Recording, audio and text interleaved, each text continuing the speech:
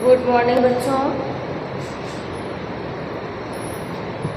हमारे जीवन में बेटा शिक्षा के साथ साथ खेल कूद और मनोरंजन की भी आवश्यकता होती है। तो खेल कूद के विषय में आज हम पढ़ रहे हैं।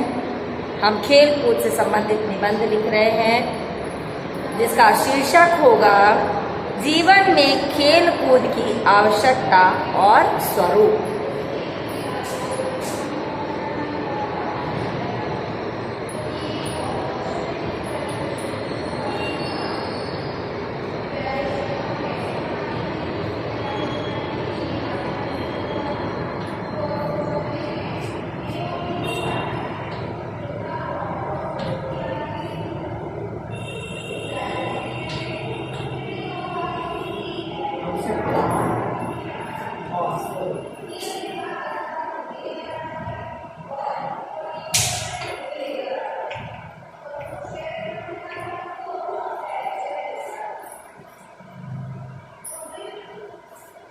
तो बेटा जैसा हमने आपको पहले बताया कि निबंध लिखते समय सबसे पहले क्या लिखते हैं?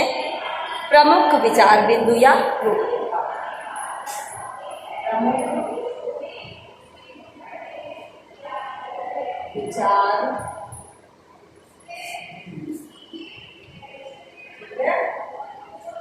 प्रमुख विचार बिंदु।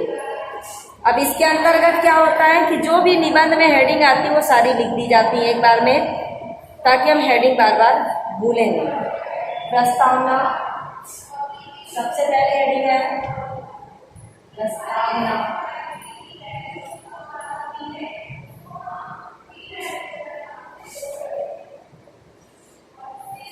दूसरी हेडिंग है आपकी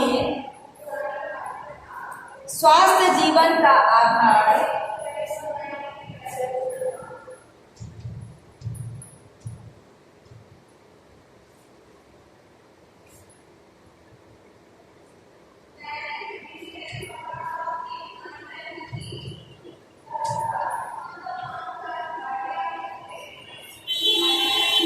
स्वास्थ्य जीवन का आधार शिक्षा तथा खेल कूद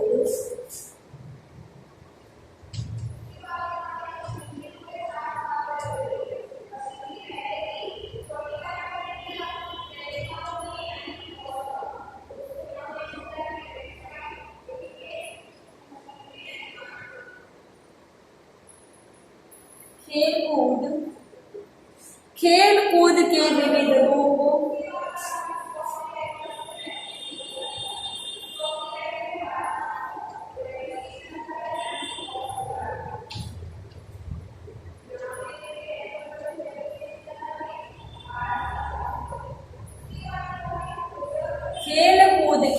विविध रूप।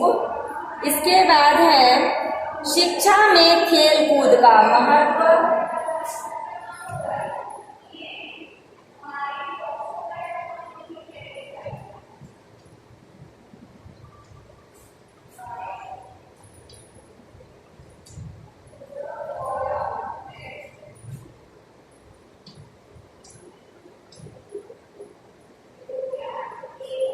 खेल कूद का महत्व, शिक्षा और खेल कूद में संतुलन। देखिए ऊपर का बेटा में मिलाना पड़ेगा।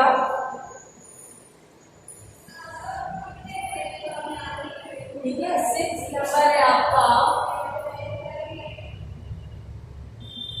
शिक्षा और खेल कूद का संतुलन। शिक्षा और खेल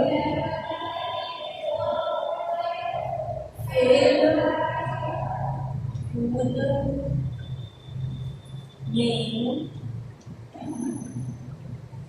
और संतुलन।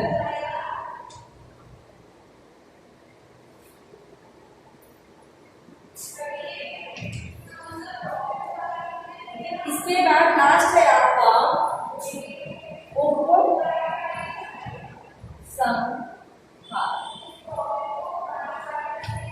तो मुख्य चीजें हमने आपकी लिख दी है ना, तो यहाँ पे हम कॉमा लगाते जाएंगे और लिखते जाएंगे। तो मुख्य बिंदु आप यहाँ से लिख लोगे जहां तक हमने बताया। अब इसके बाद हम इसको समझेंगे। तो प्रस्तावना में बेटा क्या लिखते हैं कि उससे संबंधित कुछ मुख्य बातें। तो शिक्षा मनुष्य के सर्वांगीण विकास के लिए जीवन की आधारशिला है और व्यक्ति के प्रकृति रूपों से सच्चे मानवीय रूप में विकास ही शिक्षा का मूल उद्देश्य है। शिक्षा मस्तिष्क को स्वस्थ बनाती है। इस प्रकार शिक्षा की सार्थकता व्यक्ति के शारीरिक, मानसिक, चारित्रिक और आध्यात्मिक विकास में निहित है। सभी को पता है कि स्वस्थ शरीर में ही स्वस्थ मस्तिष्क का निर्माण होता है ना। आप सभी को पता है ना। अरस्तु ने भी कहा है कि स्वस्थ शरीर में ही स्वस्थ मस्तिष्क का निर्माण होता है। उसी में निवास करता बेटा। जब हमारा शरीर ही नहीं स्वस्थ होगा तो निश्चित सी बात है कि हमारा मस्तिष्क भी सही से काम नहीं करेगा। स्वस्थ शरीर तभी संभव है जब यह गतिशील रहे, खेल कूद, व्यायाम आदि से इसे पुष्ट बनाया जाए। इसलिए विश्व के लगभग प्रत्येक देश में स्वाभाविक रूप से खेल कूद और व्यायाम पाए जाते हैं। नेक्स्ट हेडिंग है स्वास्थ्य जीवन का आधार। देखिए बेटा कि मानव का जो शरीर है उनमें स्वस्थ अगर नहीं होगा तो किसी भी कार्य को करने की क्षमता नहीं होगी। इसलिए मानव जीवन के समस्त कार्यों का संचालन जो है किससे होता है? शरीर से होता है। हमारे यहाँ क्या कहा गया है? शरीर माध्यम खलु धर्म साधनम। और ये सच भी है। शरीर के होने पर ही व्यक्ति सभी प्रकार से साधन संपन्न हो सकता। कहने का अर्थ क्या है बेटा कि अगर शरीर स्वस्थ है तो हम काम करेंगे, काम करने की क्षमता बढ़ेगी मेरी, जिससे हम धन संपत्ति तो स्वयं ही अर्जित कर लेंगे। लेकिन अगर शरीर ही स्वस्थ नहीं है, हमारे अंदर कार्य करने की क्षमता ही नहीं है, तो ऐसी स्थिति में क्या होगा? जो है वो भी नष्ट हो जाएगा और हम कुछ भी करने के योग्य नहीं रहेंगे। उसके बाद क्या कह रहे हैं कि जान है तो जहान है। अगर जिंदगी है तो हम जीवन सब कुछ कर सकते हैं, जिंदगी ही नहीं है तो काम कैसे करेंगे? यहाँ पर जान से तात्पर्य क्या है? स्वस्थ शरीर। इसलिए प्रत्येक काल में हर देश, हर समाज में स्वास्थ्य के महत्व पर बल दिया गया है। इसे जीवन का सबसे बड़ा सुख मानते हुए कहा गया है कि पहला सुख निरोगी काया। इसी सुख की प्राप्ति के लिए खेल कूद और व्यायाम दोनों ही अनिवार्य है। शिक्षा तथा खेल कूद। तो बेटा शिक्षा तथा खेल कूद का परस्पर घनिष्ठ संबंध है। शिक्षा मनुष्य का सर्वांगीण विकास करती है। शारीरिक विकास इस विकास का पहला रूप है जो खेल कूद में गतिशील बने रहने से ही संभव है। मस्तिष्क भी एक शारीरिक अवयव है, मतलब शरीर का अंग है। अतः खेल कूद को अनिवार्य रूप से अपनाने पर मस्तिष्क भी परिपक्व होता है और वह शिक्षा में भी आगे बढ़ता है। इस प्रकार खेल कूद मानसिक, चारित्रिक और आध्यात्मिक रूप से अप्रत्यक्ष रूप से जुड़े हैं। शिक्षा से खेल कूद की इस घनिष्ठता को दृष्टि में रखकर प्रत्येक विद्यालय में खेल कूद की व्यवस्था की जाती है और इनसे संबद्ध व्यवस्था पर पर्याप्त धनराशि व्यय की जाती है। खेल कूद के विविध रूप। तो बेटा देखिए आपने पहले भी पढ़ा होगा कि खेल कूद दो तरह के होते हैं। एक होता है घर के अंदर वाले खेले जाने वाले खेल, दूसरा होता है घर के बाहर खेले जाने वाले खेल। तो बेटा घर के अंदर कौन से खेल खेल सकते हो आप? लूडो है, चेस है, ताश है, कैरम है, ठीक है ना। लेकिन इससे हमारा क्या होता है? शरीर का विकास नहीं होता है, ठीक है ना। शरीर को पुष्ट और स्फूर्तिमय बनाने से क्या होता है, मन हमारा प्रफुल्लित होता है, प्रसन्न होता है, जिससे शारीरिक गति बढ़ती है और उसे ही खेल कूद और व्यायाम कहते हैं। खेल कूद और व्यायाम का क्षेत्र बहुत ही व्यापक है तथा इसके अनेकों रूप हैं। रस्साकशी, कबड्डी, खो खो, ऊंची कूद, लंबी कूद, तैराकी, hockey, football, cricket, badminton, gymnastic, लोहे का गोला उछालना, टेनिस, स्केटिंग और तमाम तरह के खेल हैं आपके, ठीक है ना।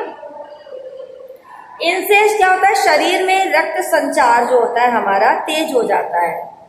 इससे क्या होता है, ऑक्सीजन की आपूर्ति के कारण प्राण की शक्ति बढ़ जाती है, हमारी जीवन शक्ति बढ़ जाती है। इसलिए खेल कूद हमारे शरीर को पुष्ट बनाते हैं। सभी लोग सभी स्थानों पर नियमित रूप से खेल कूद नहीं कर सकते हैं, इसलिए शरीर और मन को पुष्ट बनाने के लिए वे व्यायाम करते हैं। अब बेटा, शिक्षा में खेल कूद का महत्व क्या है?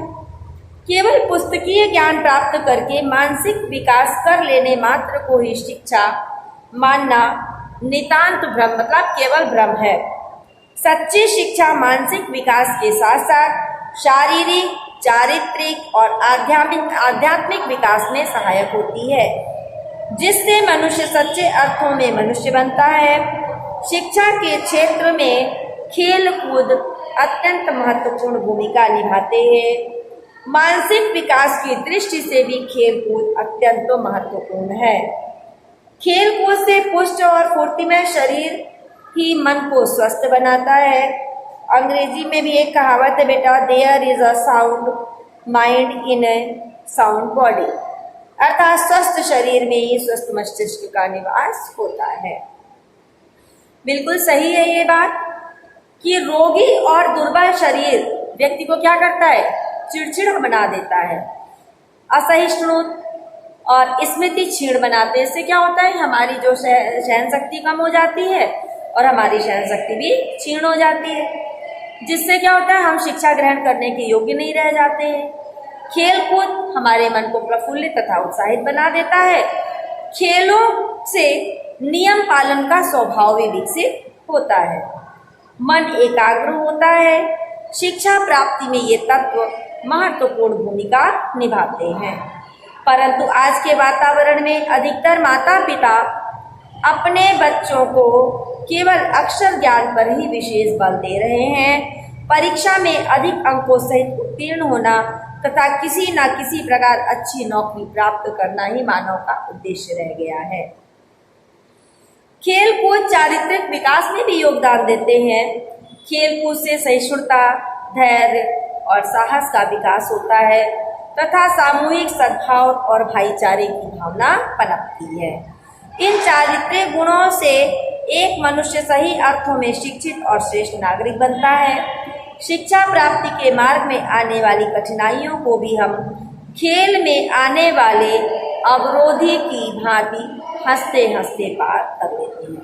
क्या है, खेल में क्या होता है, जो अवरोध आते हैं, जो परेशानियां आती हैं, उसको भी क्या करते हैं, हम हंस हंस करके पार कर लेते हैं और सफलता की मंजिल पर पहुंच जाते हैं। इस प्रकार जीवन की अनेक घटनाओं को हम खिलाड़ी की भावना से ग्रहण करने से अभ्यस्त हो जाते हैं। खेल कूद में शामिल होने से शिक्षा में सरलता और रोचकता आ जाती है। शिक्षा शास्त्रियों के अनुसार खेल के रूप में दी गई शिक्षा तीव्रगामी, सरल और अधिक प्रभावी होती है। इसे शिक्षा की खेल पद्धति कहते हैं। मॉन्टेसरी और किंडरगार्टन आदि की शिक्षा पद्धतियां इसी मान्यता पर आधारित थी। इससे स्पष्ट है कि खेल कूद में शिक्षा का बहुत अधिक महत्व है। बिना खेल कूद की शिक्षा साधनीय होती है। शिक्षा और खेल कूद में संतुलन, तो बेटा शिक्षा में खेल कूद उपयोगी है, किंतु यदि खेल कूद पर ही बल दें और शिक्षा के अन्य पक्षों की उपेक्षा कर दी जाए तो ये भी विद्यार्थियों के हित में नहीं होगा। विद्यार्थी का जीवन तो अध्ययनशील, कार्यशील व व्यस्त होना ही चाहिए, जिसमें एक क्षण का भी समय भी, एक पल का समय भी प्रदूषित वातावरण में व्यतीत नहीं होना चाहिए। बेटा देखिए क्या करते हैं हम लोग कि या तो पढ़ाई करते हैं या फालतू की बातें करते हैं। तो खेल कूद का मतलब क्या है कि आप पहले पढ़ाई करें फिर खेल कूद करें। उससे क्या होगा, मन भी प्रसन्न होगा, शरीर भी फुर्तीला होगा और आपका काम में मन लगेगा। व्यर्थ की बातों से आप बचेंगे।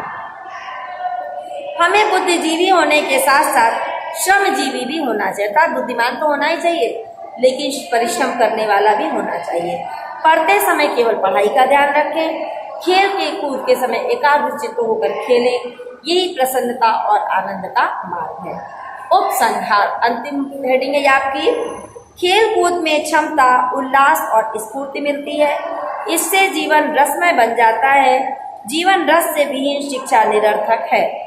अतः शिक्षा को जीवंत और सार्थक बनाए रखने के लिए तथा विद्यार्थी के व्यक्तित्व के संपूर्ण और समग्र विकास के लिए खेल कूद महत्वपूर्ण है। वर्तमान प्रणाली शिक्षा प्रणाली में आवश्यक परिवर्तन कर खेलों को उसके पाठ्यक्रम का अनिवार्य अंग बनाने की भी आवश्यकता है। इनकी परीक्षा की भी उचित प्रणाली तथा प्रक्रिया विकसित की जानी चाहिए।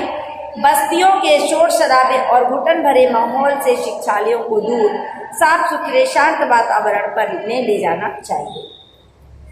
इससे क्या होगा कि व्यक्तित्व के संपूर्ण और समग्र विकास का शिक्षा का जो दायित्व है उसकी पूर्ति तभी संभव हो सकेगी जब विश्व ने इस वास्तविकता को स्वीकार करना उचित मानेगा। ये विश्व जो है इस आवश्यकता को वास्तविकता को स्वीकार करेगा।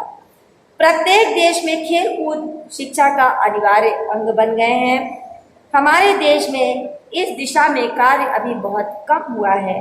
बाल विद्यालयों में भी खेल कूद की व्यवस्था का अभाव है। देश की भावी पीढ़ी को सुयोग्य, सुशिक्षित और विकासोन्मुख बनाने के लिए शिक्षा और खेल कूद में सामंजस्य होना अनिवार्य है। बेटा अब आज के समय में विद्यालयों में ऐसी व्यवस्थाएं नहीं हो पाती हैं क्योंकि बहुत कम स्थान पे विद्यालय बनते हैं शहरों में। इसका कारण क्या है कि जनसंख्या बहुत अधिक है, विद्यालय भी आवश्यक है, इसलिए खेल कूद की समुचित व्यवस्था नहीं हो पाती है। और ज़्यादातर हम देखते हैं कि अब पार्क वगैरह भी कम होते जा रहे हैं जिससे बच्चों को खेलने का सही स्थान नहीं मिल पाता है। तो हमें प्रयास करना चाहिए कि छत में, आंगन में, जहाँ भी जगह मिले थोड़ी देर दौड़ धूप का खेल भी खेलना चाहिए। Thank you.